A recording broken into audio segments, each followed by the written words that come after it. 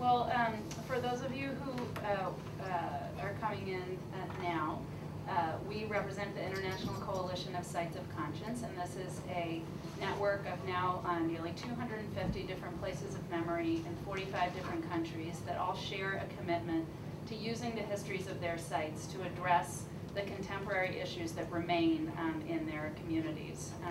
So we work, each of these sites works very independently, but we share this common commitment and a common commitment to helping each other succeed in each in our own very different ways to use the past to mobilize greater citizen engagement in making social change. The coalition was, well, I was at the Lower East Side, before I was at the Lower East Side, I'm not going to kindergarten, but I'll go before the founding of the coalition.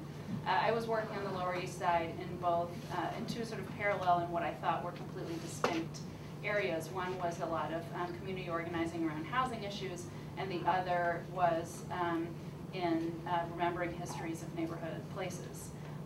And I began to sort of as in a freelance way, put some of those, try to bring those two strands together by creating projects that invited people to remember histories of places in order and exchange different perspectives from different generations on the histories of those places in order to begin to address what had been lost there, who owns the place, what needs to be there now, what needs are being met, what aren't being met.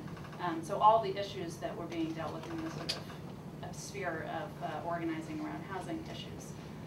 And I found a number of museums that were very interested in picking up that kind of project, but, and so did it and wound up doing similar things in different places around New York and a couple of other cities in the country, but always it was sort of a one-off, interesting, quirky little thing, and didn't change the kind of fundamental institutional culture of the museums and their commitment to primarily preserving and collecting and interpreting the past, and not necessarily from a kind of curatorial, authoritative point of view.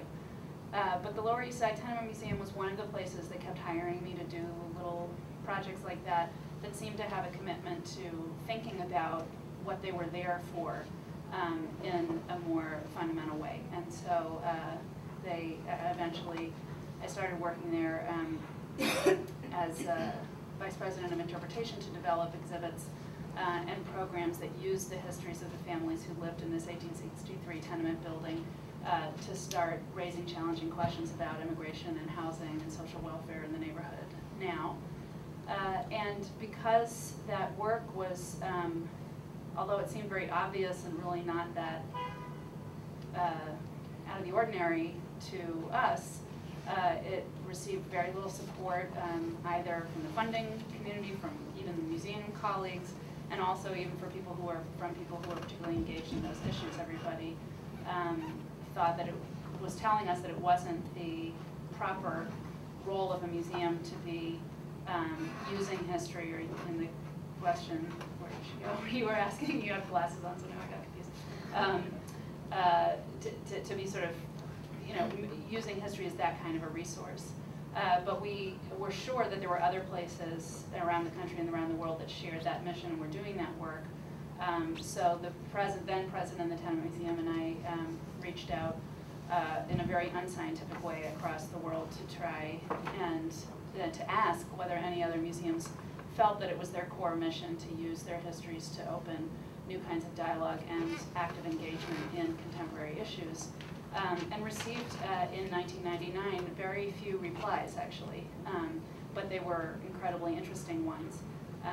And they came from Russia, from Bangladesh, from Czech Republic, from sites remembering the slavery in the 18th century to you know, displacement and apartheid in the 1980s and everything in between. So those 9 sites founded the International Coalition of Sites of Conscience, which I coordinated from the Tenement Museum from that moment until it grew to the point of sort of needing its own organizational identity, or in 2006, and now that's where I am. This is Ševčenko, by the way. That's a good point, because I was looking at the lunch crowd and realizing that somebody was mouthing to me names. Oh, I realized that's what you read. Thank you. Thank you. And I'm Bix Gabriel, and I have absolutely no background in museums work.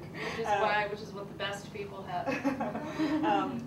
But my background is actually in using media. I started out doing documentary, you know, to bring to light all kinds of human rights issues, but also really as a tool to get people, community members engaged in talking about whatever the issue was. And I started out with working in domestic violence in communities in New York, where immigrant communities where there was a lot of silence around domestic violence, a lack of resources, etc. So as a way to engage people using film and then other types of media, and kind of really put these sort of issues on the public agenda is my background.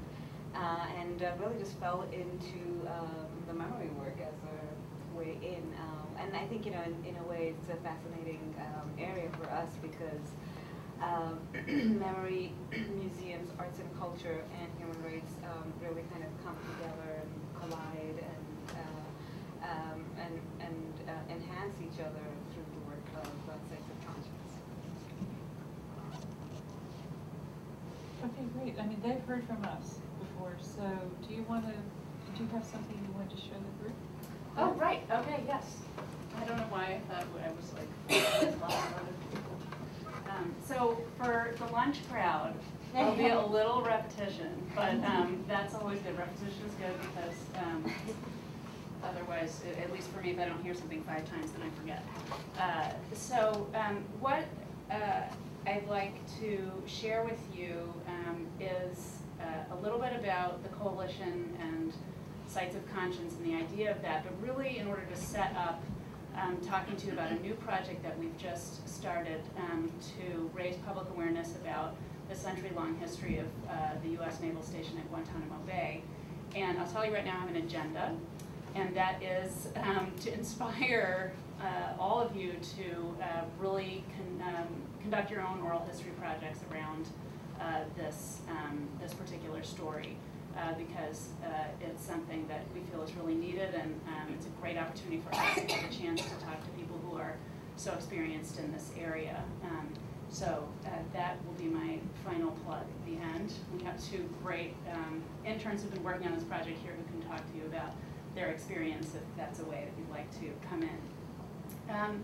But I'll talk about the coalition in a slightly different way than I ordinarily do, just because of this group, and try to articulate how each of the sites has used oral testimony and the exchange of stories as a starting point for mobilizing social movements, and how they've particularly done that by tapping the power of stories about place and connections to place. So I'll just give 2 examples, and we've talked a lot in lunch about the Argentinian case, but so please add your own experience and perspectives on this. I'm just giving a brief snapshot to provide one example of how, as I said, of how sort of oral histories of place have really managed to be the catalyst for very specific policy changes and very major social change movements. You know, before, you know, after the sort of so-called transition to democracy in Argentina, but when the perpetrators of the repression that occurred in the military dictatorships had been granted amnesty, there was one of the sort of major kind of engines of the public movement to try and achieve justice for those people who had been disappeared or detained was done, you know, some historians would call it a public memory or a public history project, and certainly these folks wouldn't have but it was through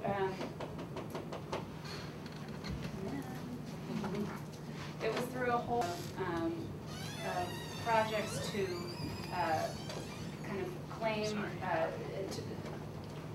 to struggle for the visibility and recognition of those people who had been disappeared, that was done in very public spaces and through the sort of reclaiming of different spaces, from everything from the Plaza de Mayo, which most people are most familiar with, the Margarita de Plaza de Mayo, but also by, in a later phase, mapping and marking former sites of torture and detention that were spread all across the city of Buenos Aires and across the country, in ordinary kinds of places under everybody's noses.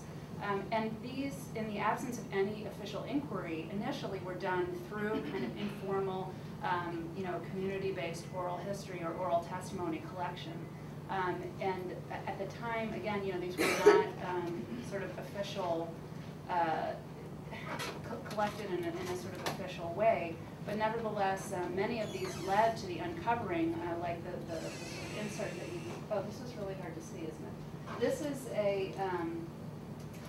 This is an image of a archaeological site, sort of excavation of a detention center that had been covered over by an overpass, a sort of highway that was placed over it, where evidence of torture and detention was found, and even some human remains were found. So this is just an example of how, in the absence of any kind of official process or official oral history project or testimony,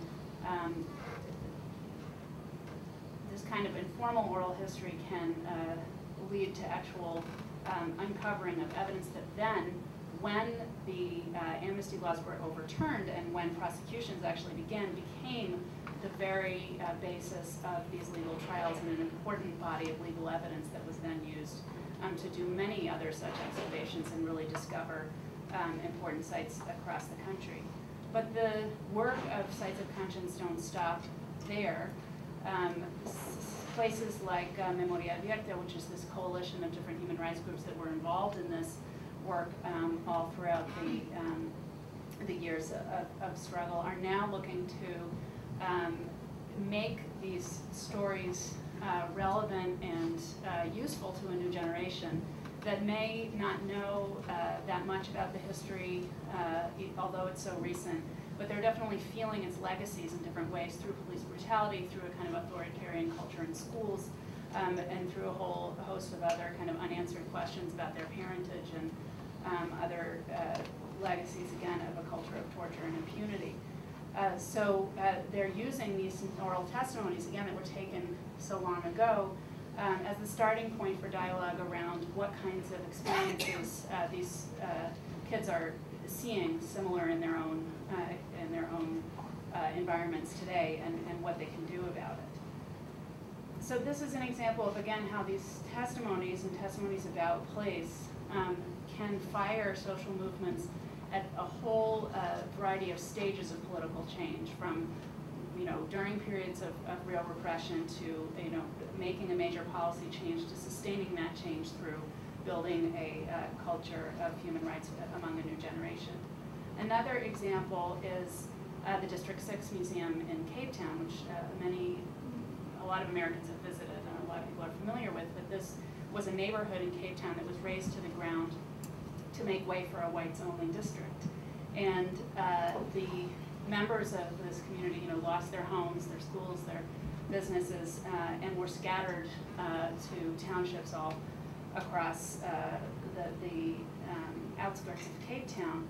But one group of residents took over one of the buildings that had not been destroyed, and this was a Methodist church that had been the site of major anti-apartheid activism, and covered the floor of the church with a map of the neighborhood that had been destroyed, and invited people who had been displaced to return to the only site they could return to, and write their memories of what they had lost on this map, and what they had lost sort of emotionally, in terms of community, in terms of culture, but also quite literally in terms of where their house was and what they had lost.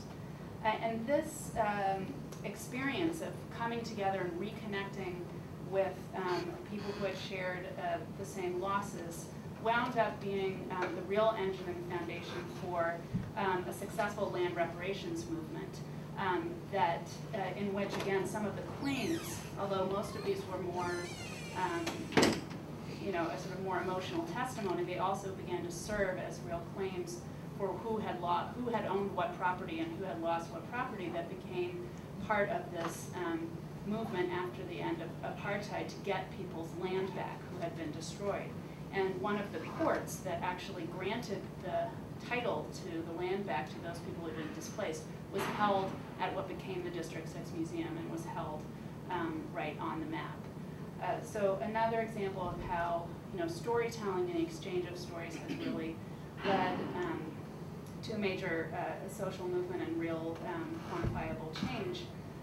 And it's, again, like in the case of Memoria Abierta, a story and a conflict and a debate that still continues, because now the museum is serving as a place for people to debate what the new neighborhood should look like. There's now 24 units of housing that have been built on this site, but there's still a lot of questions about who's going to be able, what is the neighborhood going to look like, who's going to be able to live there, and sort of how are they going to capture the community spirit that was lost and recreated in this new place. So they're continuing to be a center for that debate, and the stories in their oral history collection of what the neighborhood was like in the past are the very foundation of that. So these are two of the sites that came together around the table, and 10 years ago at that first meeting to share experiences and decide, and talk about how we could work together to tap the power of place and the stories of place as a more intentional tool for social change. And so they were two of the 9, including the Gulag Museum in Russia, Terrorism Memorial Czech Republic, and others, that defined this idea of a site of conscience. And as I talked to the folks at lunch about a little bit, they really, this founding group articulated 3 main pillars of this, or 3 main goals. One was to tap the power of place, to interpret history through site, and really explore what does place have to teach us, and how can it move us in ways that other kinds of media can, and how can we tap that. The second was to engage, to foster programs that, or engage in programs that foster dialogue on contemporary issues that our sites, histories of our sites raise. And the third was to share opportunities for public involvement in those issues. So there were kind of these 3 general goals that are interpreted and continue to be interpreted very differently across sites in many different contexts, but kind of bind us together with a common vision. They include, and the sort of dialogue piece is one of the cornerstones of it. And just to be clear, because somebody, sorry I don't know your name, Robin. Robin at lunch was saying when she heard the Lower East Side Tenement Museum was part of the coalition, at first was sort of like, why? That doesn't make any sense. And I presume, I don't know if this is what you mean, because I think there's an immediate association of sites of conscience with sites of atrocity or tragedy. And this, the Tenement Museum is more remembering stories of daily life and daily struggle. And so how does that, what's the connection there? But this is a place that uses the oral histories in particular, but the individual stories of families who lived in this one tenement building to raise questions about the enduring kind of unanswered questions around immigration and identity that are still really volatile in the country today. So it's this using individual stories to address contemporary issues that's really the hallmark of sites of conscience, whatever the nature of their history is. So what we've seen is that these oral histories in the service of social change have made, have kind of helped tap the power of place in a couple of different ways.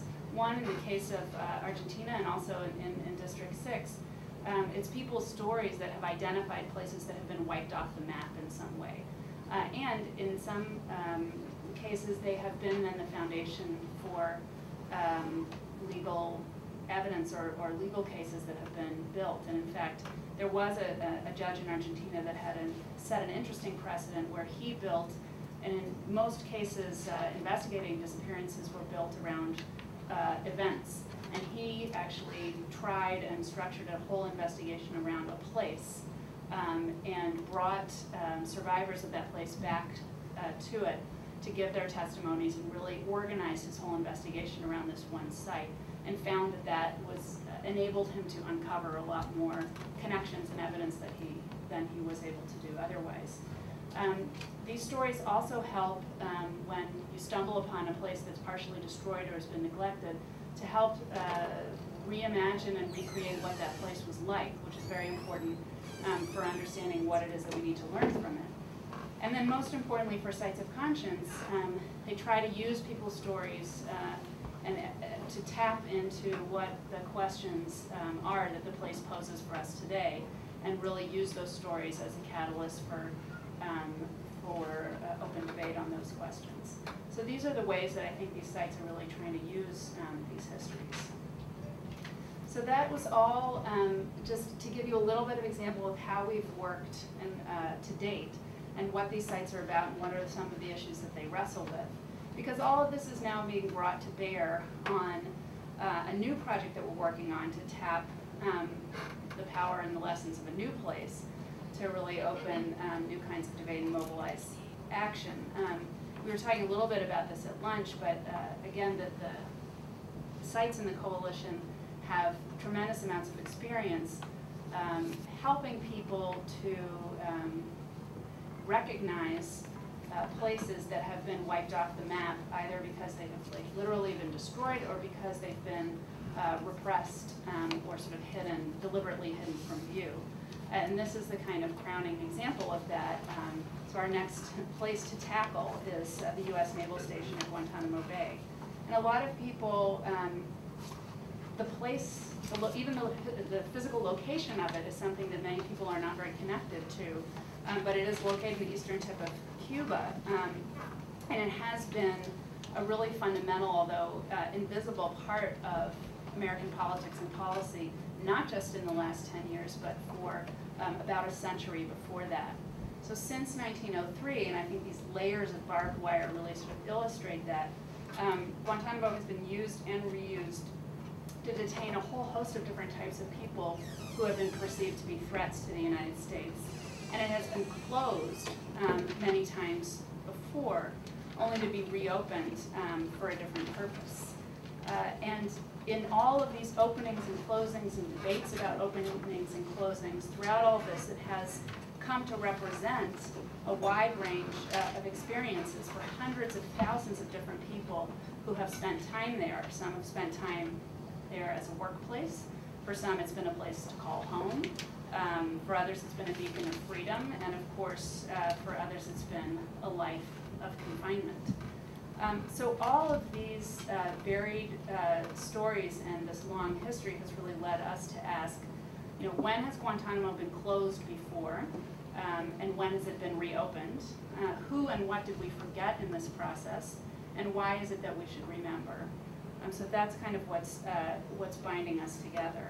And we were talking a little bit about ownership, this contest over ownership at sites earlier at lunch, and the question of whose flag flies at Guantanamo has really been a major source of controversy from the moment it was even hoisted here out of the Spanish-American War in 1898. And I'm going to go in a little bit to some history here just because, unlike a lot of other stories, I at least really knew very little about this, and I think we just need to lay the groundwork of some of what happened in order to think about why it's important to remember. But in 1903, the U.S.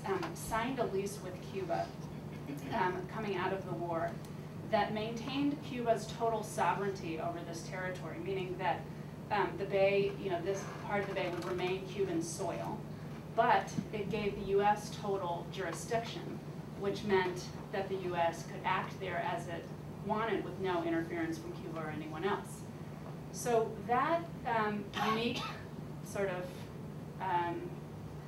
ambiguous ownership created a really a sort of a no man's land, really ambiguous territory where neither U.S. nor Cuban law clearly applied. And it sounds like a kind of arcane legal question, but that is what we've been fighting about. What that means is basically what we've been fighting about ever since. And meanwhile, generations of people have been caught in the middle of that contradiction.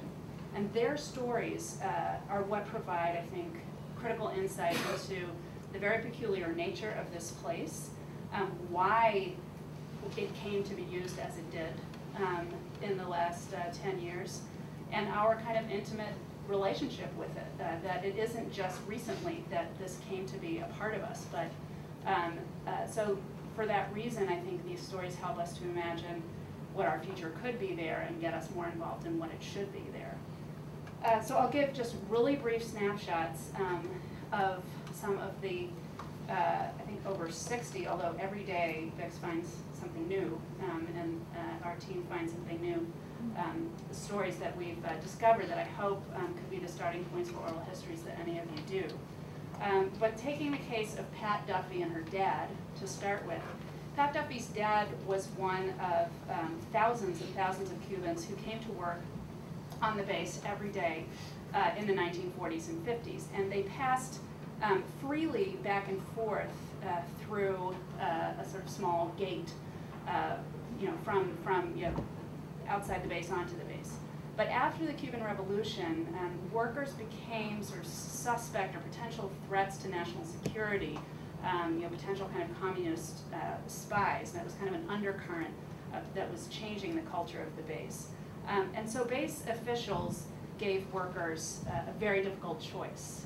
And that was they could either keep their jobs, but in order to do so, they had to live out the rest of their lives on the base, neither U.S. nor Cuban citizens, because it was a sort of stateless place.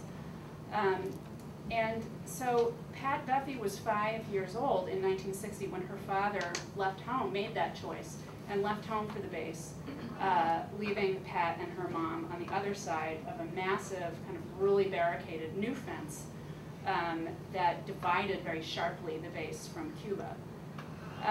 But 3 years later, when Pat was 8, she and her mother put on their best dresses and scaled the fence to join her father, and they actually tore their clothes on the barbed wire, and Pat has kept the special dress that she wore on that day, and it could be the first artifact in this collection, and sort of made it to join their father to this kind of utopian residential community. And her memory of the base is that she loved growing up there. She became homecoming queen. There's the high school on the base. Everyone played together. She remembers across race and other lines. And in her narrative, it was only on a class trip to Washington, D.C., the sort of other America, that she faced any feelings of exclusion. Her U.S. citizen classmates, sailed through immigration just fine, whereas she was sort of questioned in a way that was very disturbing to her because her papers weren't in order, or for whatever reason. So she experienced this as this exceptional place, kind of shielded from the dangers and the realities of both the U.S. and Cuba. And so that when her own daughter, Priscilla, was born in 1983, she insisted that Priscilla should also grow up on the base.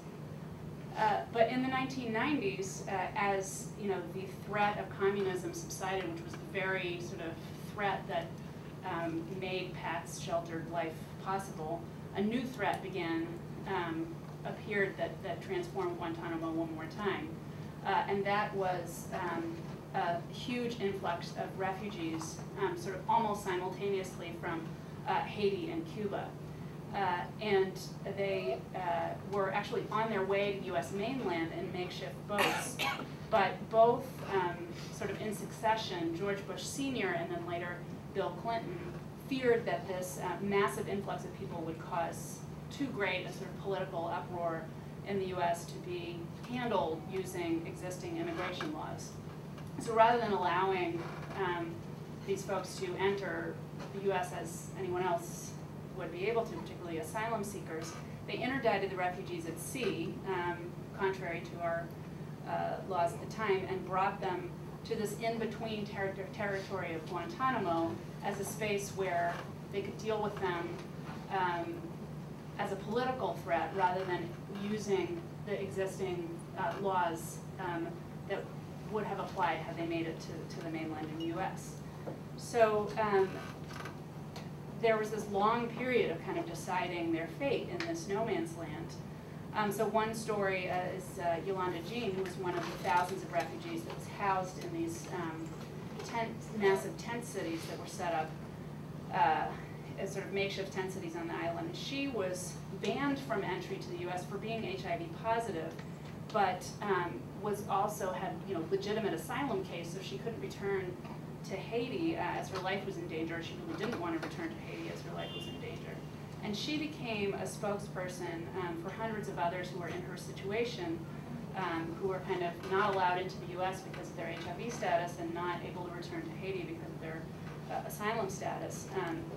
And she actually went on a hunger strike that got the attention of lawyers and the media, and ultimately she and others like her, you could say, were credited for the closing of Guantanamo, what everybody thought was the closing at the time. In 1993, a US judge closed what he called its HIV prison camps, saying that this was euphemistically referred to as a kind of humanitarian operation, but I call it nothing more than HIV prison camps, and he ordered the closure of the camps. And the Times celebrated this as a closing a painful chapter in America's immigration history.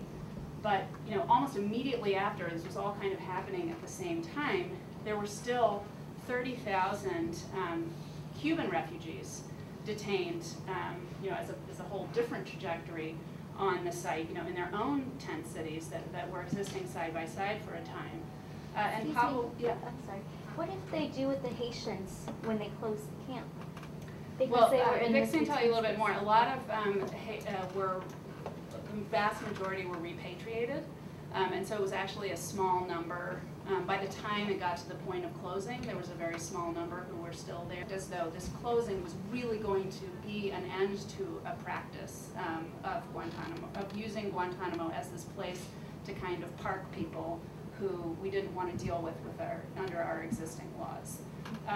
But ultimately, it had to be settled by with a compromise that gave those few Haitians the opportunity to seek asylum and sort of granted their particular appeals, but did not change, did not prohibit the use of Guantanamo or change the status of Guantanamo.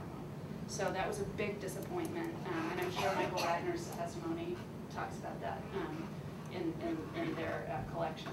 So that's, again, like all of these sounds like kind of technical legal points, but it all comes down to why these individual people were set adrift kind of in this territory and why this can continue to happen. Pablo Rodriguez is somebody else who would be a fantastic oral history. He's now at medical school at Duke, right? But he was 8 when his family left Cuba on a boat, thinking they, like many others before them, were going to be able to make it to Miami. But again, this was a sort of suddenly seen as this exceptional political threat because he was part of a massive migration of Cuban refugees. And so his boat was interdicted at sea and he was brought to Guantanamo in 1994. So he has these memories of, kind of halfway these innocent childhood memories, but mixed with a real sense of difficulty and despair. And he was there for a year and a half at least, I think, before being able to make it to Miami. And as I said, now he's in medical school. But he was not one of the last people to be ultimately released. The last person was named Margarita Sanchez, and she was boarded a plane on January 31st, 1996. This was also celebrated as a closing of Guantanamo. complete with a big public ceremony with a concert by Moya Estefan. She was, you can see like the media, Afghan media here, the camera in the background. I mean, she was like the poster child for this end of Guantanamo. But there was a refugee journalist who had been released a little bit before who noted, we must remember that the camps of Guantanamo are closing, but this is a painful story that's not over yet. And that was, you know, not that long ago. Why were Cuban refugees sent to Guantanamo and not back to their homes in Cuba? Well, that was a bit, this is like another big legal battle. That was another quandary for the administration of, you know, Castro sort of, you know, as a kind of jab at knowing, to go back, not to kindergarten, but Carter in the 1980 and 81, Castro had done something similar where he had a kind of sudden, like a couple of days of amnesty where anybody could leave Cuba, and just had, you know, it involved this massive emigration of Cubans that landed in Miami, and it became one of the political debacles of Carter's career.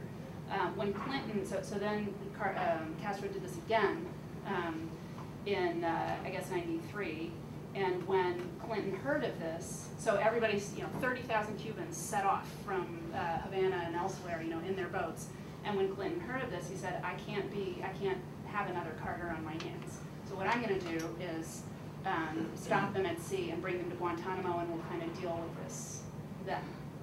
We'll deal with it somehow. So that I'm protecting myself as a political question, it's not a legal question, I have every right to do this.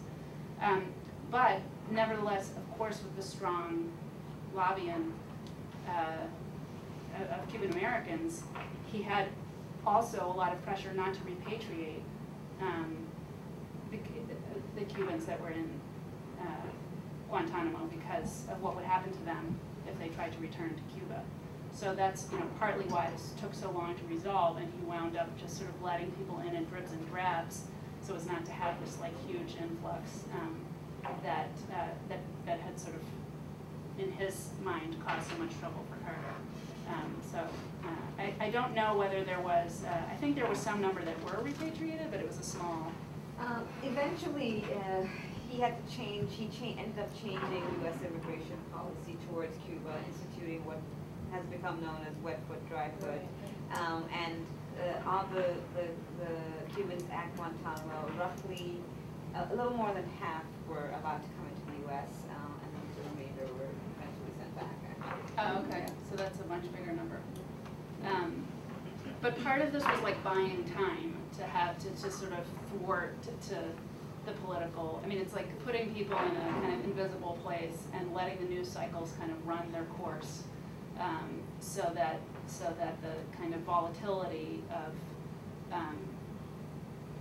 what he saw as the political challenge of this would kind of be able to be mitigated.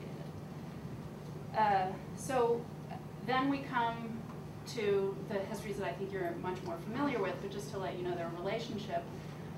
You know, Camp X-Ray, which many of you remember, was one of the first prisons that the first Afghani enemy combatants, where they were incarcerated in 2001, was built for the Haitian refugees. So it was a building that was built, you know, these structures, these physical structures on Guantanamo, you know, were built at different moments for different threats and are being used and reused and opened and reopened. Camp X-Ray is now abandoned, and this is only 5 years after its active use, and the sort of amount of decay is already showing how quickly we forget about these places and how quickly their memory is erased. So, you know, we're not trying to draw equivalencies between any of these experiences. They're totally different political situations, totally different lived experiences. But the war on terror and the use of Guantanamo and the war on terror did not arise in a vacuum. And so, you know, even if the last prisoners are transferred elsewhere, it's going to remain with us for a really long time. And I think what's interesting for us as we've started to bring people together around remembering this history and raising awareness about it is that it's been attracting people who have wildly different political perspectives on the issues today, who all believe that the current understanding and people's sort of decision-making involvement is really impoverished by their lack of knowledge about what has come before.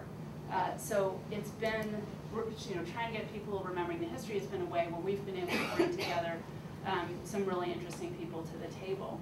So just briefly to tell you what we are hoping to do in terms of our goals for the project. In the short term is really informing the debate over whether and how to close Gitmo, and in the long term it's hoping to provide a forum for coming to terms with what has been an incredibly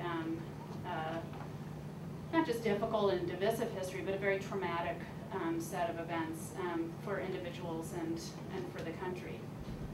But mostly it's to try to inspire new public involvement in what's going to happen there next. There's new construction that's happening on the site as we speak. There's a multi-million-dollar contract out for building new refugee facilities. So, the train has already left the station on whatever the next life of Guantanamo is going to be. And I think the assumption is that everybody's going to forget and make it invisible again. And so we just want to prevent that. So we talked a little bit at lunch about the fact that we're using the site as a teaching tool, but primarily our media are going to be off the site. We're not trying to build a museum on the base right now, although there is one on the base, and one run by the US Navy, and one right outside the base run by the municipality of Guantanamo City, telling very different stories, of course. That we're trying to map and promote those people who are doing work to capture the stories of the last 10 years. There's great work out there on that, but our focus is trying to highlight the stories that have come before that to provide perspective on where we are now. The group that came together to launch this included sites of conscience from around the world that have had experience dealing with very remote and hidden places, a lot of them sites of detention and torture. And as well as people from military personnel, historians, human rights activists, and all of them believe that this needs to be an international project. This is not just for a US audience. It needs to have the perspective of all the different peoples and governments that were involved in this site, and also to connect this site, to use the place as a powerful symbol and teaching tool, but to make sure people understand that it's connected to a whole set of other similar places around the world. So what we've done for the last year, and this is our great team can tell you a lot more about this, is we've done an enormous amount of mapping of existing resources, identifying more than 800 images, more than 60 individual stories, as well as some artifacts and video footage and other material that's kind of out there, but nobody's sort of put together in this way. And we're now developing a web platform to make all of this available, and trying to focus the role of the coalition as kind of a facilitator in two ways. One is to host as many stakeholder meetings as possible among people who have had different experiences of the site in caucus groups, but then also across different experiences. And then also to facilitate new work on this. So whether it's trying to encourage you to do your next project as oral histories of Guantanamo survivors, or it's putting out calls for artists' responses, for academic historians to do more research. We have people who have come saying they want to do new school curricula on this. So we're trying to use our position and funding that we can get to sort of commission work and make this kind of a collective 2.0 type of project. So we are hoping to work with Mary Marshall and her team, as well as some other folks at Columbia, and collaborate on a sort of showcase in the spring that we hope you'll all, spring of 2011. But mainly I just wanted to encourage you to think about doing your next projects on this history in some way. We have 2 interns here, and internships available in the fall, maybe? Yes. I don't know if we're full, but so if you're interested in getting involved, talk to Bix or the team about their experience. So thanks.